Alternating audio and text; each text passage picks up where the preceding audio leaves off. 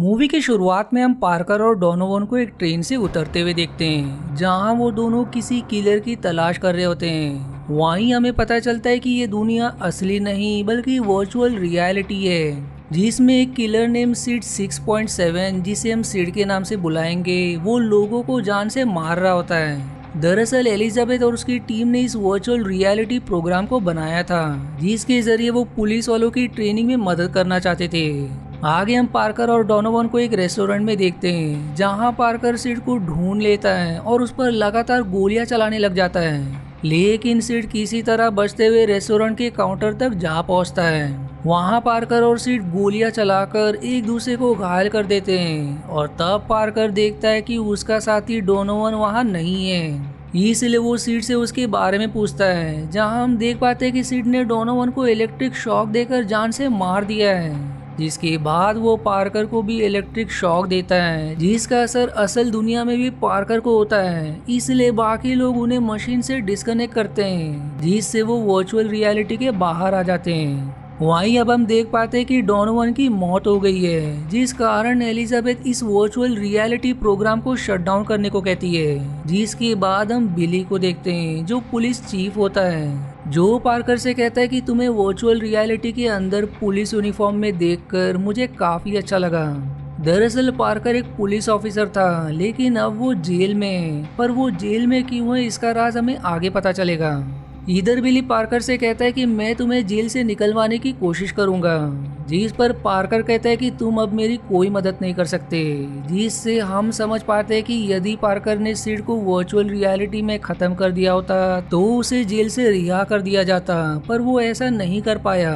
फिर अगले सीन में हम पार्कर को जेल में देखते हैं, जहां एक स्कैनिंग मशीन उसे स्कैन करती है। और यहाँ हम स्कैनिंग मशीन के डिस्प्ले पर देख पाते हैं कि पार्कर का एक हाथ मेटल का बना है। फिर वो अपने सेल में जाने के लिए आगे बढ़ता है, लेकिन एक कैदी जो डोनोवन का साथी था, वो पार्कर पर हमला कर देता है, जिसके जवाब में पार्कर उसे बुरी तरह पीटता है।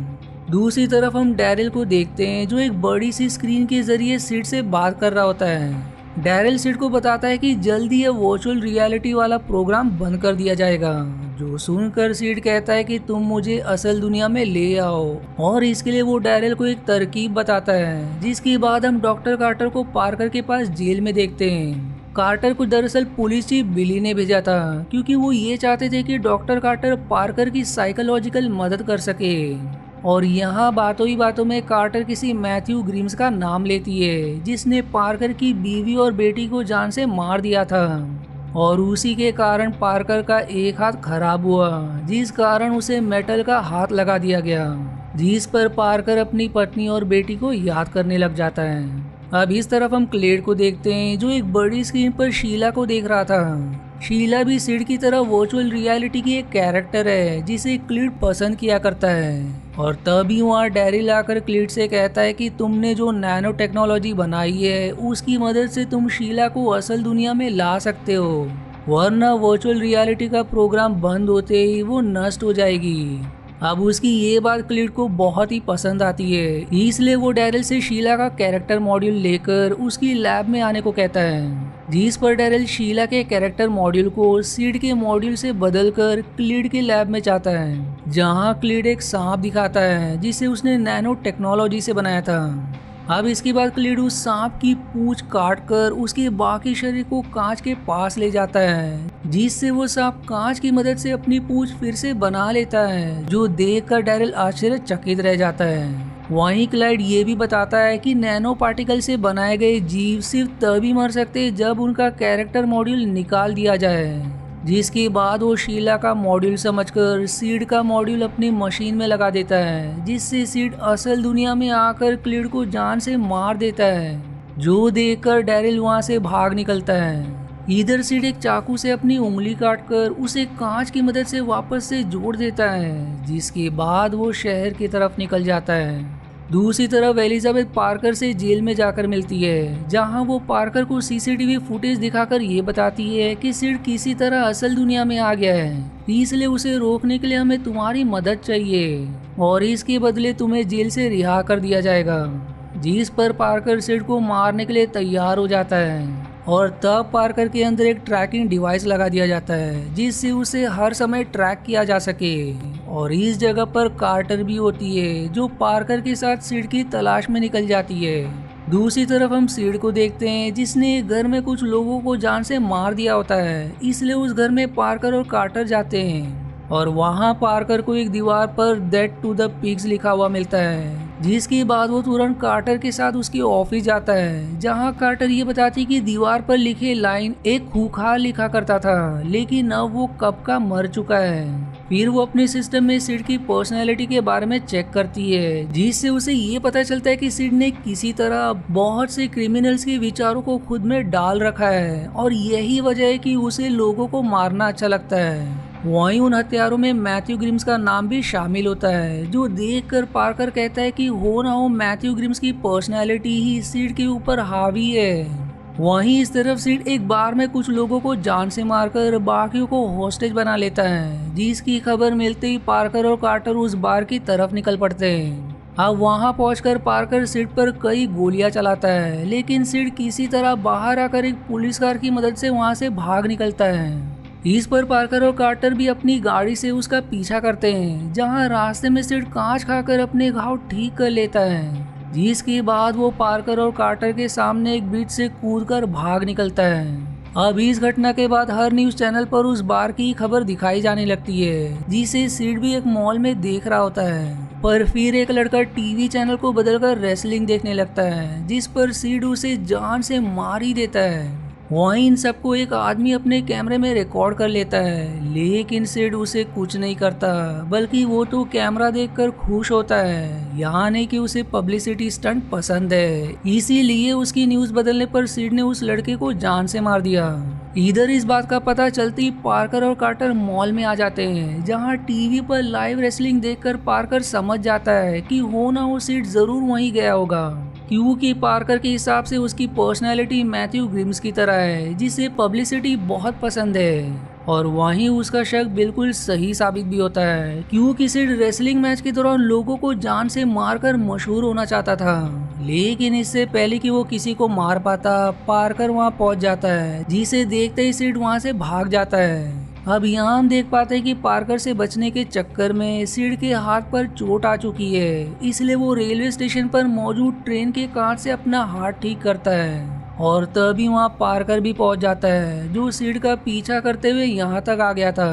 वो सिड को हर जगह ढूंढने लगता है जिस पर सिड एक महिला को बंदूक की नोक पर लेकर पार्कर को उसे उकसाने लगता है, जिसके जवाब में पार्कर उस पर गोली चला देता है लेकिन सिड उस महिला को आगे कर देता है जिससे उसकी गोली लगने से उसकी वहीं मौत हो जाती है। अब इस सब के कारण पुलिस वाले सिड को गिरफ्तार करके जेल की तरफ ले जाने लगते हैं, जिसके बाद हमें फ्लैशबैक के जरिए बताया जाता है कि किस तरह पार्कर की पत्नी और बेटी मारे गए। दरअसल मैथ्यू ग्रिम्स को पकड़ने की जिम्मेदारी पार्कर को दी गई, जिस कारण मैथ्यू उससे पर्सनल दुश्मनी रखने लगा। इसीलिए उसने पार्कर की पत्नी और बेटी को हॉस्टेज बनाकर टाइम बॉम्ब लगा दिया। वहीं जब पार्कर ने उन्हें बचाने के लिए दरवाजा खोला तो वो टाइम बॉम्ब समय से पहले ही ट्रिगर हो गया, क्योंकि मैथ्यू ने उसकी सेटिंग ही ऐसी कर रखी थी कि वो बॉम्ब दरवाजा खुलने पर ब्लास्ट हो जाए। और इसी तरह पार्कर ने अपने परिवार के साथ साथ उस धमाके में अपना एक हाथ भी खो दिया। पर वहीं इस बात का बदला लेने के लिए पार्कर ने मैथ्यू और उसके साथियों को जान से मार दिया, जिस सब में गलती से 2 न्यूज रिपोर्टर्स भी मारे गए, जिसके बाद उन न्यूज रिपोर्टर्स को मारने के लिए पार्कर को जेल हो गई। अब इसके बाद मूवी वापस से प्रेजेंट समय में मुड़ जाती है जहां सिड पार्कर के बगल में बैठा होता है क्योंकि उसने उन पुलिस वालों को मार दिया था जो पार्कर को लेकर जेल की तरफ ले जा रहे थे, जिसके बाद वो उसे ये बताता है कि पार्कर के दिमाग में लगे चिप में एक खास तरह का जहर है जिसे एलिजाबेथ कभी भी एक्टिवेट करके 30 सेकंड में उसकी जान ले सकती है। और ऐसा कहकर वो पार्कर को चुनौती देता है कि इससे पहले कि एलिजाबेथ तुम्हें मारे तुम मुझे खत्म कर सकते हो तो खत्म कर दो, जिसके बाद वो पार्कर को उसकी हथकड़ी की चाबी देकर वहाँ से चला जाता है। तब पार्कर खुद को आजाद करके कार्टर से फोन कॉल पर उस जहर के बारे में पूछता है, जिस पर कार्टर बताती कि उसे इस बारे में पहले से ही पता है। वहीं वो पार्कर से पूछती है कि वो इस समय कहाँ पर है, जिस पर पार्कर बताता है कि मैं अपने परिवार के पास हूँ। अब कार्टर बिली को फोन करके एलिजाबेथ को रोकने की विनती करता है, क्योंकि एलिजाबेथ को पार्कर के भागने का पता चलते ही वो उसे पुलिस वालों की मौत का दोषी मानकर जहर से मारने की कोशिश करेगी, और होता भी ऐसा ही है। लेकिन इससे पहले कि पार्कर के दिमाग में मौजूद ट्रैकर का जहर एक्टिवेट हो जाए, बिली वहां आकर पूरी मशीन नष्ट कर देता है, जिससे ट्रैकर तक कोई सिग्नल ही नहीं पहुंच पाता। दूसरी तरफ हम पार्कर को देखते हैं जो अपनी पत्नी और बेटी की कब्र के पास होता है, और तभी वहाँ कार्टर भी आ जाती है जो पार्कर से सिड के बारे में बात करने लगती है। तब पार्कर बताता है कि सिड जरूर किसी टीवी शो या न्यूज चैनल पर गया होगा जहाँ उसे लाखों लोग देख सके। अब इसके बाद हम सिड को देखते हैं जो सच में एक लाइव टीवी शो के सेट पर होता है, और वहाँ वो कुछ लोगों को जान से मारकर बाकियों को बंदी बना लेता है। और अब उसके इस कारनामे के कारण उस लाइव शो की टीआरपी अचानक से बढ़ जाती है, क्योंकि ज्यादा से ज्यादा लोग उसे देखने लगते हैं। फिर वो कार्टर की बेटी की तस्वीर टीवी पर दिखाकर बताता है कि मैंने इस बच्ची को अगवा कर लिया है, जिसके बाद और भी ज्यादा ऑडियंस उसे टीवी पर देखने लगते हैं, जो देखकर सिड खुश होते हुए एक आदमी को लाइव टीवी पर मारने वाला होता है, जिससे वो पूरी दुनिया में फेमस हो जाए। लेकिन उसके ऐसा कर पाने से पहले ही कार्टर उस ब्रॉडकास्ट की सारी लाइंस कट कर देती है, जिससे अचानक ही उसके व्यूअर्स जीरो हो जाते हैं। और तभी वहाँ पार्कर आकर सिड के ऊपर बहुत सी गोलियां चलाता है, लेकिन इससे उसे कोई खास फर्क नहीं पड़ता।